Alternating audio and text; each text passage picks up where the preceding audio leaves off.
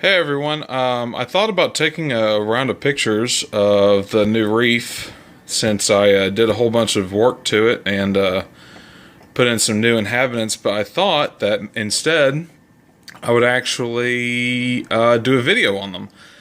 So I'm gonna, instead of going over the tank, I'm just gonna kind of be covering the inhabitants.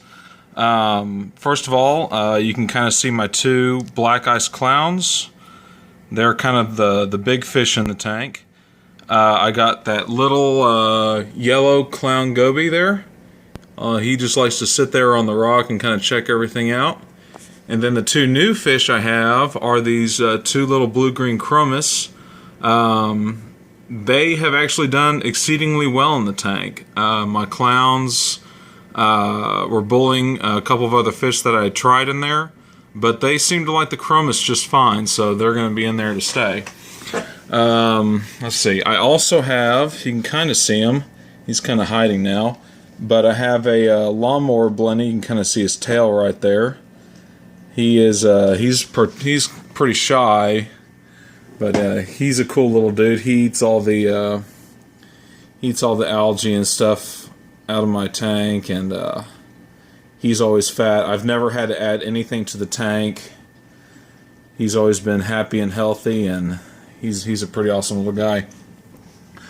I also have several pieces of coral in here. This one right here is a hammer coral. It's actually two different ones that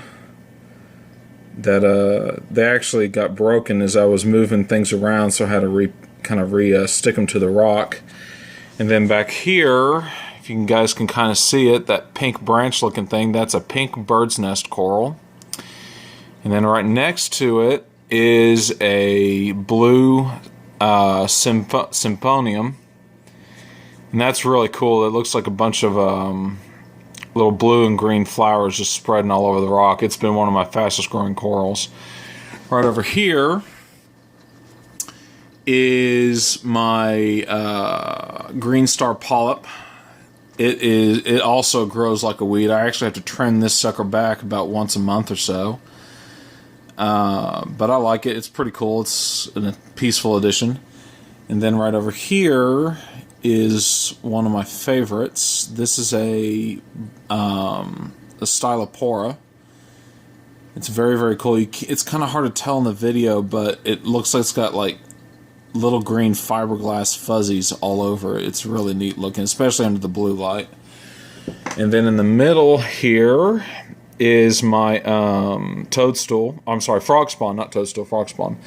And it is also growing like crazy, and it's really cool looking. And then down here is the newest addition.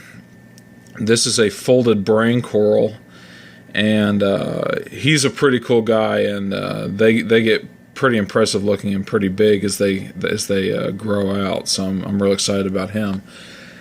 And then we have a rose bubble tip anemone. You can't really see it right now, but whenever I have the light on it, the stalks, or actually when I have the regular light on it, sometimes those stalks are green instead of orange. It's weird. It kind of changes color, especially after feeding, which we might see it after I feed these guys here in a little bit.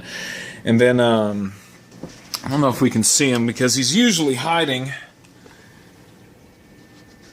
He's usually hiding back here, but I don't see him. I don't know where he is. I have a fire shrimp, and he's really hiding because I have no idea where he is. I can't even see him, but he's hiding in there somewhere. He is in there.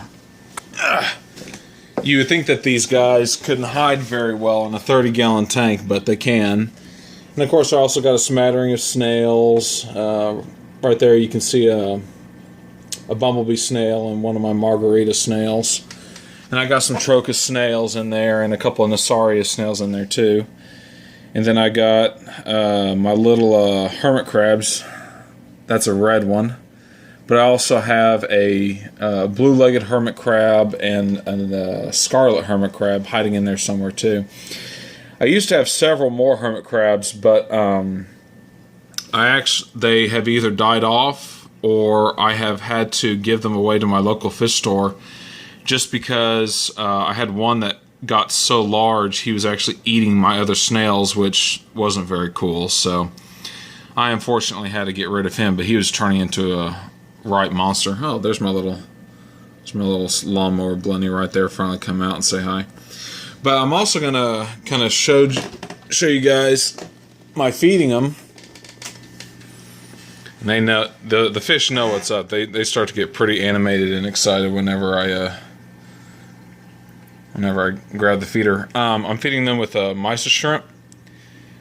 Just mysis shrimp, frozen mysis shrimp, mixed in with a little bit of their seawater from the tank, and they just gobble this stuff up. They love it. I've actually have them trained that they know that the little turkey baster is their food source, and whenever they are still hungry and they can't find any more, they'll actually come up and bump the turkey baster for more. See, there he goes. She's like, give me more. It's pretty cool. And then I do a little bit of spot feeding on some of these guys. I spot feed the anemone, and he'll slowly eat all that up, and you can kind of see a little bit. It's kind of hard under this light, but you'll kind of see little flecks of green coming on him as he'll eat that stuff. But you can really see it when the blue light's on them. Yeah, they're still hungry. I'm trying to feed these guys and talk at the same time. It's a little bit difficult. I only give them a little bit at a time. That way I can kind of gauge on a day-to-day basis how hungry they are. That's probably good enough right there. I don't usually spot feed the whole shrimp to the corals and everything. What I do is I try and just give them like a blast of the water, especially my the Symposium. It's my favorite, so I usually give him a blast, and I'll give the little bit of blast on the Stylopora also. But yeah, but it might look like a lot that I'm adding to the tank, but these fish will eat all of that within a matter of a couple minutes. Forgot to turn the feeding cycle on, but that's alright. I have all this on a aqua controller, and it does feeding cycles. I have so everything will shut down and allow my fish time to go in and eat everything, find everything and eat it. And that way, you know, it prevents me from overfeeding too much. Oh, you can kind of see him. You can kind of see the shrimp. He was kind of poking his head out, but he's hiding again. Most of the time when I see the fire shrimp is when I feed them in the morning. I'll feed them a little bit of dry. Put a little dry food really, really early in the morning, and my night feeders like my hermit crabs and the fire shrimp will come out and eat then. But sometimes the fire shrimp will come out, you know, especially when he knows it's feeding time. He might come out if he's especially hungry and come out and get a little bit of the fresh stuff. But he definitely likes that dried food pretty good too. Let's see if we can attempt to come around here and see if we can see him. Yeah, there he is. You can kind of see him. Zoom it in for you guys a little bit. He's real stinking shy, so he's kind of hard to see, but you can kind of see his backside there. He's crawling around. He's like, I don't want to be in the camera. But yeah, that's my setup, guys. If you have any questions about it, let me know. It's largely done.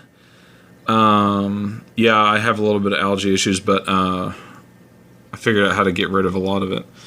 But my snails are doing a pretty good job of keeping everything cleaned up. The only thing I'm probably going to add to it is I'd like to get some kind of coral to put on this front rock right here. I haven't really decided what I'm going to do there yet, but I'll figure I'll put in one or two more corals and the stocking will be done. I'm kind of trying to do this slow so I can figure out what I like and what I don't like and all that fun stuff. But yeah, it's been a lot of fun. Hope you guys enjoyed it, and I will see y'all later.